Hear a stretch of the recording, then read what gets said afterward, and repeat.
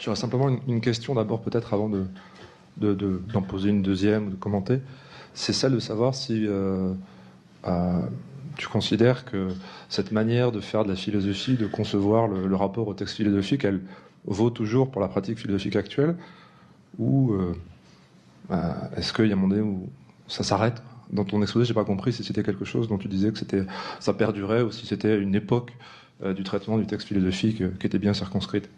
Voilà, dans le cas des personnes dont je parle, ce sont des gens qui ont innové la manière de faire de l'histoire de la philosophie. Au moins, ils ont amplifié les canons. Et ce qui produit aujourd'hui un effet assez fascinant chez le lecteur de Foucault, c'est que lui, au moins, il lit des tragédies. Il lit des tragédies, c'est-à-dire il lit des textes qui sont, du point de vue des classements scolaires, plutôt dans l'histoire de la littérature, et qui ne sont pas toujours recevables comme des formes d'argumentation philosophique. Dans le cas de Castoriadis, c'est différent, mais chez lui, il y a une mobilisation énorme des sourds, pas seulement des sourds littéraires, pas seulement Thucydide. Dans ce cas, Thucydide, ce n'est pas une tragédie, c'est une histoire, ou c'est de l'histoire, entre guillemets. Et il y a de l'archéologie, il y a de l'histoire sociale des mondes anciens et des histoires des élites. Donc, ce sont des gens qui ont fait, ou des penseurs qui ont amplifié les canons de la philosophie et qui ont, on pourrait dire, il fait que des critiques très fortes au modèle de commentaire des textes. Surtout chez Foucault, est plutôt très brillante dans son premier cours au Collège de France. Malheureusement, il n'a pas tenu son programme, il est changé, comme souvent c'est produit chez Foucault. Où dans le premier cours au Collège de France, il a proposé une théorie de quel est les commentaires, quelle est la théorie du commentaire des textes. Il disait, voilà, c'était pris avec Aristote, il y a des choses qui sont hors la philo, tous les gens qui parlaient des pouvoirs, les sophistes sont hors la philo, mais les philosophes, ils sont toujours entre la vérité et la non-vérité. Ce qui permet aux commentateurs de toujours aller au texte et trouver quelque chose de nouveau. Et c'est la manière dont on fait de l'histoire de la philosophie, en excluant l'extérieur et en se concentrant dans l'intérieur où la vérité et la non-vérité sont toujours mêlées. Donc, première réponse, ce sont des gens qui ont fait une innovation, chacun à sa manière, du modèle de commentaire des textes. Si aujourd'hui... faire une théorie de la philosophie en général, ça serait complètement fou de ma part. Ce qu'il faut faire, c'est... Je crois que pour faire l'épreuve, il faut écrire et analyser les auteurs en prenant compte de son extérieur et voir l'effet dans le monde des philosophes. En fait, c'était simplement une question qui a été liée au fait sur ces trois manières dont tu as indiqué que ces trois auteurs introduisaient des décalages dans la manière de faire de la philosophie en renouvelant le commentaire philosophique, en considérant qu'il était de prendre en compte cette question de l'intérieur et de l'extérieur, en amenant des éléments qui étaient pertinents pour effectuer ce commentaire-là. On peut aussi considérer que ça reste une manière extrêmement conservatrice de concevoir la philosophie, parce qu'elle continue de mettre en son cœur le commentaire de texte et l'histoire de la philosophie, qui est simplement réabordée, renouvelée avec de nouveaux outils. Et cette manière de faire de la philosophie, en fait, qui est extrêmement située, en fait. Ça rejoint un peu le point qui était indiqué tout à l'heure. C'était quelque chose qui est, à partir de Kant, on commence à donner ce poids-là à l'histoire de la philosophie, et ça continue en Allemagne et en France, mais partout ailleurs qu'en Allemagne et en France, dans l'ensemble, ce qu'on appelle la philosophie continentale. Cette importance de l'histoire de la philosophie, elle a fortement décru, et il y a l'idée sur laquelle on peut foncer directement sur les problèmes, et les arguments d'histoire de la philosophie qu'on trouve chez les grands auteurs sont des outils dans une boîte à outils. C'est vraiment cette métaphore-là qui est utilisée. Et s'il n'y a rien à utiliser chez tel auteur, on le bazarde. Enfin, dans la manière dont en philosophie antique dont on travaille, on considère par exemple, je sais pas, chez Descartes, il y a très peu de choses à garder. Donc on s'en moque. Par contre, chez Locke, il y a tout un tas de choses qui peuvent être intéressantes. Chez Leibniz, pas mal. Si on considère la scolastique médiévale, par exemple, qui est un espèce de modèle de rigueur argumentative, d'échange, qu'elles sont absolument... Sous un espèce dégagé de sur la philo, il y a Aristote qui occupe une place énorme. C'est-à-dire qu'on argumente beaucoup, même certains diront on coupe les cheveux en quatre, etc. Possiblement on fait de la scolastique, mais il y a une espèce de rigueur démonstrative et argumentative qui est phénoménale, et ensuite on s'interroge dans une espèce de second temps sur la question de savoir si Aristote serait d'accord avec ça. Mais le cœur des échanges lui-même, il se dégage, il n'y a absolument pas de question de commentaires de texte à l'infini, etc. On va prendre Porphyre, puis on va voir si c'est l'argument qu'il soutient fonctionne ou pas, et on a un siècle de débats qui sont liés vraiment à la validité logique des arguments avancés, puis quelqu'un d'autre qui intervient. Et ce moment où l'histoire de la philosophie occupe cette place, en fait, il est extrêmement situé. Enfin, la philosophie telle qu'on la connaît, telle qu'on l'enseigne en France, elle existe depuis 150 ans, quoi. Elle existe depuis 150 ans et elle continue d'exister comme ça dans quelques pays d'Europe.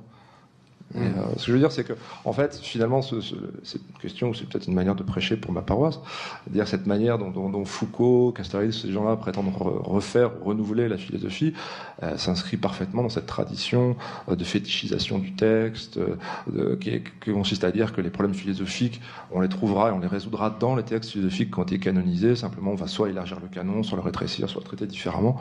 Mais l'idée qu'on pourrait foncer directement sur les problèmes, ça, c'est une chose qui leur fait horreur. Oui, j'avais une question pour Pierre Vesperini. Au sujet du passage et de votre plaidoyer sur les faits parlent. Bon, là, je voulais savoir, dans les 4 extraits là, de 13 à 16, quel sens vous donnez au mot fait? Bon, parce que dans les 4 extraits, moi, je vois des individus qui disent des choses, qui donnent des informations, qu'ils pensent être des faits, et dont nous, à 20 siècles après, il faut retrouver le sens que quand ils disent ou quand ils pensent que c'est des faits, quel sens ce fait a pu prendre pour eux. Donc je me disais, dire les faits parlent, est-ce qu'il n'y a pas une condensation un peu excessive qui court-circuite un petit peu le processus réel par lequel des gens font parler les faits? Vous avez raison, en fait, j'aurais dû préciser ce que j'entendais par fait. En fait, ce que j'entends par fait, c'est pas ce à quoi se réfèrent ces discours, mais les discours eux-mêmes. Pour moi, ces discours eux-mêmes sont des faits qui parlent. Et en fait, ce que je veux simplement dire, c'est que je crois qu'une fois qu'on met en suspens le donné académique, on peut avoir affaire à ces discours comme à des faits, et à ce moment-là, bon ben, ça parle, ça oblige à changer ses programmes de lecture. Je fais rien. Non, je voulais simplement dire par rapport à ça qu'il me semble quand même que ces faits dont vous dites qu'ils parlent, ils parlent d'autant plus pour quelqu'un comme vous qui a présent à l'esprit tout un donné académique qui constitue d'une certaine façon des questions implicites, c'est-à-dire que au fond, j'ai l'impression, comme ça, si vous voulez, que ces faits parlent d'autant plus qu'ils contredisent de façon flagrante tel ou tel aspect d'un donné académique, mais encore faut-il le savoir. C'est-à-dire qu'au fond, j'ai l'impression que ce donné académique mis en suspens, enfin, il est quand même présent dans un coin de tête et fonctionne comme un questionnement dans la lecture que vous faites, quoi. Enfin, il me semble un peu, non, on peut pas dire ça. Oui, bien sûr, mais pour vous donner un exemple de mon expérience, au tout début de ma recherche, donc quand je savais que bon, je sortais du lycée, quoi, quasiment, donc j'avais déjà un peu de données, parce que j'avais un cours de philo, hein. Mais je me rappelle très bien que ce que j'ai commencé à faire, c'est lire les vies des philosophes illustres par Diogène Laërce, dans la pochothèque, dont je connaissais rien. Je l'ai lu et je notais tout ce qui m'étonnait. Il y avait des tas de choses que je ne comprenais pas. Je ne comprenais pas pourquoi il racontait des anecdotes un peu braques, un peu foutraques. Je ne comprenais pas pourquoi il y avait toutes ces épigrammes, pourquoi il parlait si peu des idées des philosophes, vous voyez. Donc je crois que même quand on ne sait rien ou pas grand-chose, on peut laisser les faits parler. Disons que, en gros, quand on lit le métier de sociologue, on a l'idée s'écarter de l'empirisme et puis faire des... Voilà. Je veux dire qu'on peut partir de l'inverse, sans forcément être naïf, etc. C'est tout ce que je voulais dire. Oui, je voudrais juste faire un petit point sur votre intervention. Voilà, il y a dans les modèles philosophiques dominants, il y a le commentaire des textes qui est tout au début de la carrière, mais il y a aussi, on peut dire, les gens qui parlent de tout. Et dans ce monde-là, où on met à dialoguer, on utilise parfois la métaphore de la boîte à outils, qui a été popularisée par Foucault, mais que, si je ne me trompe pas, il vient de Otto Neurath, du philosophe du cercle de Vienne, autrichien. Otto Neurath, un philosophe, un sociologue du cercle de Vienne. Et le problème de la boîte à outils dans le modèle philosophique dominant, c'est qu'on voit pour les outils, mais on ne voit pas la boîte. On oublie qu'on ne peut pas faire sortir de n'importe quelle boîte, n'importe quel instrument. Et ça devient une forme parfois d'association libre, au fond assez scolastique, où on fait la confrontation on peut dire, d'un penseur avec la pensée planétaire, en disant, je prends cet outil. Mais ça ne tient pas là. Ça ne tient pas. Parce que les outils qu'on peut trouver chez Aristote, sur Otto Neurath ou chez Foucault, ce sont des outils très marqués historiquement. Ils sont pas des... Parce que sinon, on dirait, c'est au fond de dire, la boîte outils fonctionne au fond comme une forme de dire, les contextes n'influencent pas la pensée. Parce que de n'importe quel contexte, on peut tirer un outil. Si on va jusqu'au fond avec la métaphore de la boîte outils, on doit montrer que l'outil est sorti de quelque part, et quelque part est très marqué historiquement. Oui, il s'agit pas. Mais en fait, je pense qu'il y a ces deux approches possibles. C'est-à-dire que soit on se dit cet outil avait chez Aristote ou chez un tel type de fonction, et donc il s'agit de prendre en compte le contexte du philosophe en question, puis effectivement aussi je sais pas, un contexte social ou plein d'éléments qui sont laissés de côté pour dire voilà la fonction que remplissait cet outil, voilà quelle était la nature de cet outil dans ce contexte-là. Ça, c'est une manière de faire, on peut considérer, enfin, ça, c'est intéressant, c'est faire de l'histoire de la philosophie qui consiste à reconstruire un système de pensée et à pénétrer là-dedans en disant justement peut-être qu'ils sont irréductibles les uns aux autres, mais on peut ne pas se prononcer là-dessus et décider de simplement de considérer un texte philosophique sans se préoccuper du sens que donnait à cet outil cet auteur-là et dire moi quand je le lis, là je vois un argument intéressant sur, par exemple, les universaux, sur la nature de la causalité, sur ce que je veux, etc. Et quand je lis ce texte-là, je vois cet argument, je le comprends comme ça et je m'en sers, moi, pour le traitement de ma question de ce que c'est qu'une relation causale ou quelque chose comme ça. C'est-à-dire que je peux laisser entièrement de côté la question de savoir quel était le sens dans le système d'Aristote de tel ou tel type d'argument qu'il utilise, cette division des causes entre quatre types, et dire il y a quelque chose d'extrêmement intéressant sur la manière de dériver telle thèse de telle thèse via tel argument qui renvoie, enfin qui me sert parce que j'avais besoin de cet argument-là pour faire un pont entre deux thèses, et là j'ai l'impression que ça marche très bien. Mais je peux laisser entièrement de côté la question de savoir si ça correspond à ce qu'Aristote avait en tête et à ce qu'en ont compris ses contemporains et à l'usage que l'histoire de la philosophie en a fait. Et en fait, une manière de faire de la philo qu'on appelle analytique, ça consiste juste à avoir cette approche-là vis-à-vis de l'histoire de la philosophie, quoi. Et alors effectivement, après on n'a plus beaucoup d'examens à faire passer aux étudiants. Si on dit que l'histoire de philosophie c'est ça, bon, c'est compliqué pour faire passer une agrégation, c'est compliqué pour faire un enseignement universitaire, et c'est peut-être aussi des genres de raisons sociales qui expliquent pourquoi c'est un type de philosophie qui résiste, parce qu'on n'a plus un corpus sous la main sur lequel on peut faire travailler des étudiants, on leur fait faire autre chose, quoi. Mais ça, c'est d'utiliser pour l'histoire de la philosophie la différence entre le contexte de découverte et le contexte de justification. Qu'on l'utilise, c'est la science, mais je ne crois pas que c'est... Il faut démontrer que ça c'est légitime par rapport à la philosophie. Ben, c'est pas s'il faut le démontrer, c'est une pratique aussi. Je sais pas, par exemple, Wittgenstein, il disait, je suis assez fier, j'ai jamais lu une seule ligne d'Aristote de toute ma vie. Et puis c'est pas seulement d'Aristote, il a à peu près rien lu en termes de philosophe. Il avait lu Frege et Russell, qui étaient plus ou moins des contemporains. Chez Frege, il y a quasiment aucun commentaire de qui que ce soit, etc. Donc c'est des gens qui disent, on a tel problème-là qui nous occupe, le problème de la constitution d'un langage logique, ce que c'est que la nature de la référence, etc. On va utiliser un type qu'on trouve bien, je sais pas, Locke, et puis on fonce directement dessus. Enfin, c'est une pratique qui est devenue dominante partout ailleurs qu'en France et en Allemagne. Oui, mais pas en France, je sais bien. Mais qu'on peut questionner. Si on considère intéressant la boîte d'où il vient les outils ou pas. Et pour un sociologue ou un historien, la boîte est toujours importante. Oui, mais on peut les considérer comme ça. Parce que sinon, on fait de l'association libre. Mais c'est passionnant de reconstruire un système, je suis d'accord. C'est-à-dire que c'est pas une chose qui doit être négligée. On peut dire que dans le système, il y a quelque chose qui résiste le temps, mais il faut le montrer. Oui, on peut faire ça aussi. On peut dire, ça qui a été vu chez Platon, c'est encore présent chez nous, mais il faut le démontrer. Oui. Ça ne va pas de soi. Non, ça va pas. Non, ça va pas de ça, mais c'est juste une activité complémentaire, enfin, qui est tout à fait passionnante aussi, savoir quelle était. C'est le problème qui a l'air d'être le même à 2000 ans d'intervalle, ça reste le même en réalité, etc. C'est des choses qui sont absolument passionnantes, et c'est un exercice super intéressant de reconstruire un système de pensée d'un philosophe, de voir comment ça évolue, les appropriations qui en ont été faites, pour quelles raisons, qui sont parfois etc. Mais on peut considérer qu'il y a un en dehors de cette chose-là aussi qui existe, sans avoir à se prononcer sur la question de savoir si il y a des invariants au cours de l'histoire s'agissant du sens de tel ou tel outil, en disant moi je me saisis de ça, et puis après vous en faites ce que vous voulez. Bon, je voudrais poser une question à Pierre Vesperini. Commentaire de texte. Donc le texte 16. Quand quelqu'un me consulte sur un des points les plus importants de son existence, par exemple l'acquisition de richesse ou le soin du corps ou de l'âme. Alors, quelles sont les options interprétatives pour ce fragment? Alors justement, je n'en ai pas. Oui. Je crois il suffit de voir que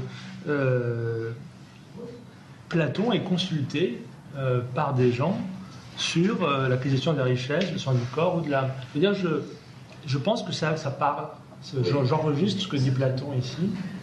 Alors, que disent les gens qui parlent du miracle grec et de la figure quasi légendaire de Platon? Est-ce qu'ils citent ce texte, ils glissent dessus? Non, mais c'est pour ça que j'insiste sur cette importance de laisser les faits parler. Ouais. C'est que vous ne trouverez pas cette phrase citée dans la littérature secondaire, disons, dans la littérature académique.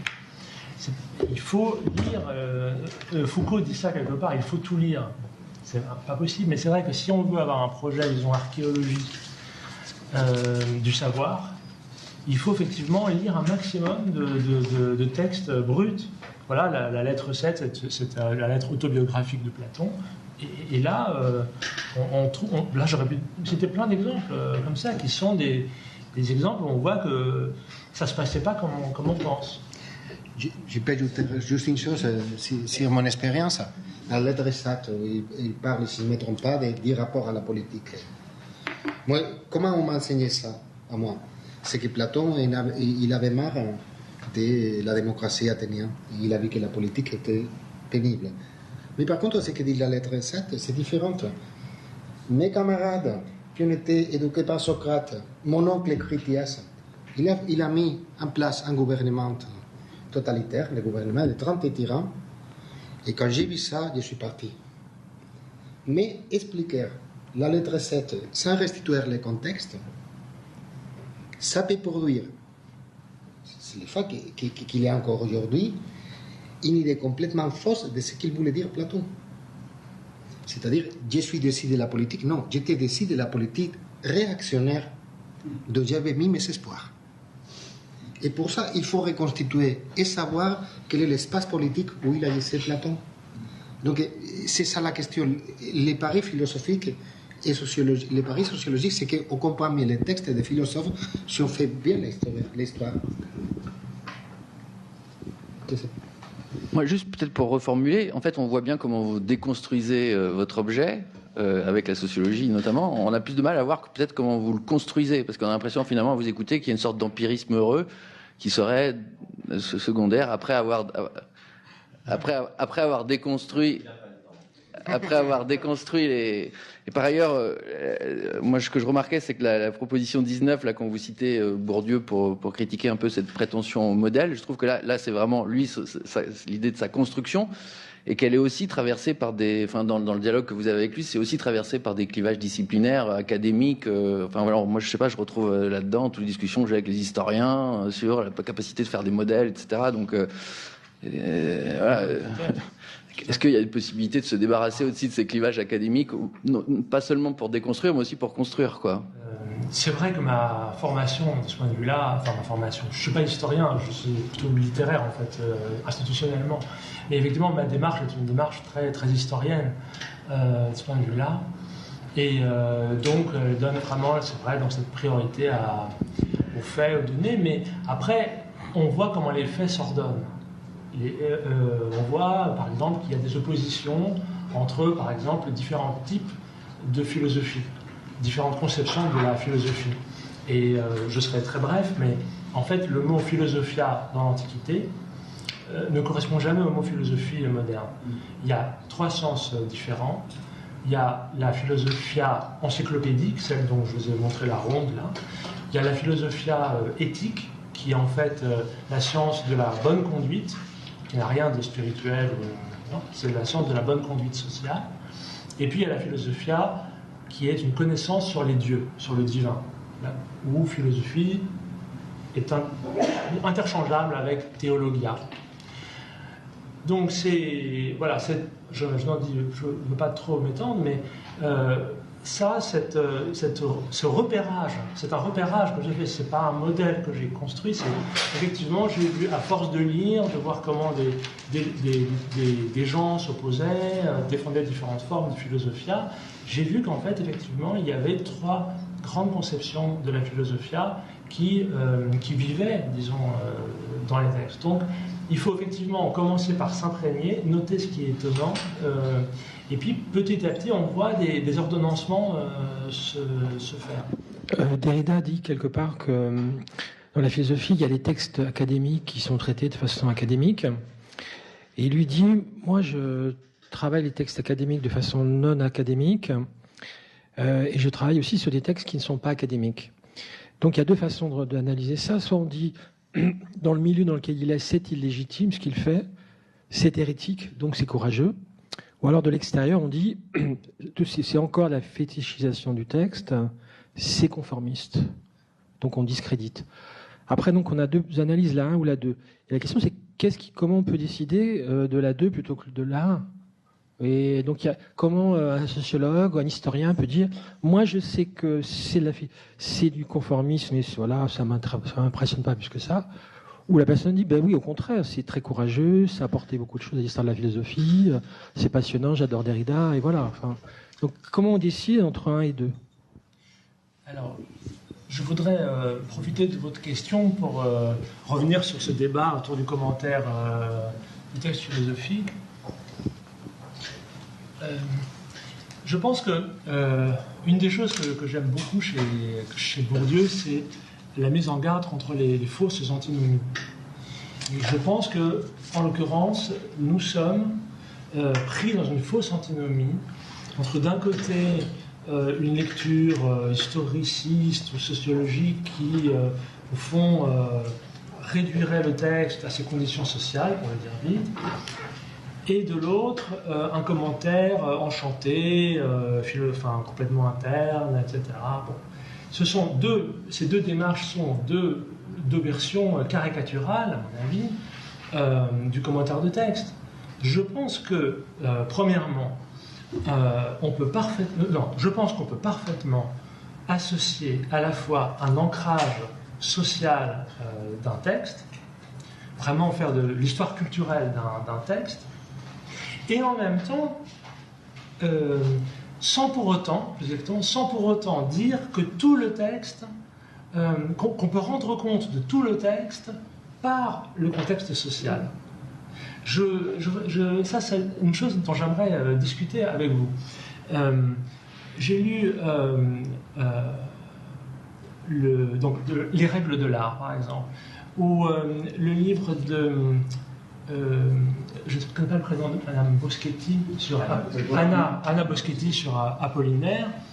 Et alors c'est absolument passionnant de voir comment on peut effectivement contextualiser Apollinaire ou Baudelaire, et c'est absolument nécessaire. Mais pour autant, je trouve qu'il y a quand même un moment où la démarche sociologique ou historiciste s'arrête. On ne peut pas rendre compte de tout Flaubert ou de tout Apollinaire par la sociologie, je crois. Et il faut faire une place, c'est ce que je propose, à une certaine autonomie de ce que j'appellerais entre guillemets la créativité. C'est-à-dire qu'il y a une créativité intellectuelle ou artistique ou littéraire, et il est important, évidemment, on ne peut pas comprendre Manet sans l'inscrire dans une société, mais on ne peut pas tout comprendre de Manet en l'inscrivant dans une société. Donc je pense que le commentaire d'un texte philosophique, récemment j'ai lu un article sur Deleuze dans la revue, le numéro que vous m'avez fait envoyer, Isaac, de la revue en sciences sociales,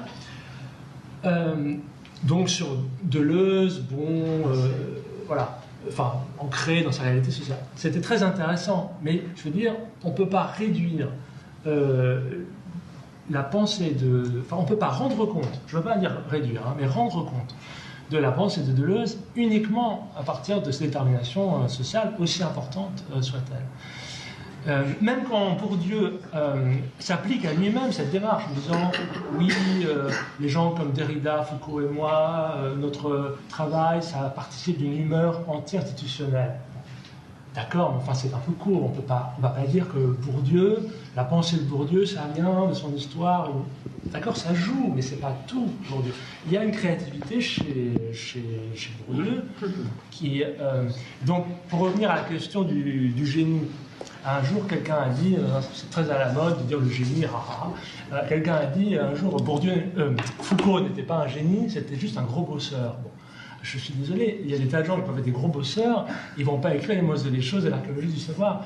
Je pense que, de même qu'il y a des gens qui sont des pianistes extraordinaires, ou des artistes, des joueurs de football, je ne pourrais pas être Ronaldo, même si j'étais un gros bosseur, bon, il y a des gens qui ont des capacités à créer des œuvres conceptuelles. Et donc on peut parfaitement, je pense, à la fois, on doit rendre compte des conditions sociales, tout en rendant compte aussi de l'autonomie d'une pensée. Nous allons peut-être clore là-dessus, parce que ce débat, évidemment, est immense. Ça peut faire l'objet, éventuellement, de journées d'études ultérieures. Simplement, si tu veux intervenir rapidement pour... Oui, et la créativité d'un philosophe, c'est aussi les commentaires qu'ils font les philosophes sur ces philosophes-là.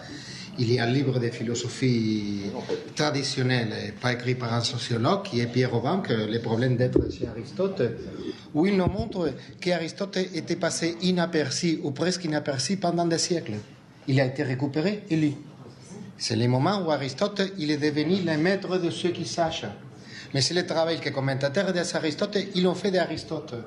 Et il y a un Aristote qui est né dans le monde scolastique, il y aura aussi un autre Aristote qui est né dans la lecture qui fait par exemple Rancière et Castoriadis, si elle est bonne.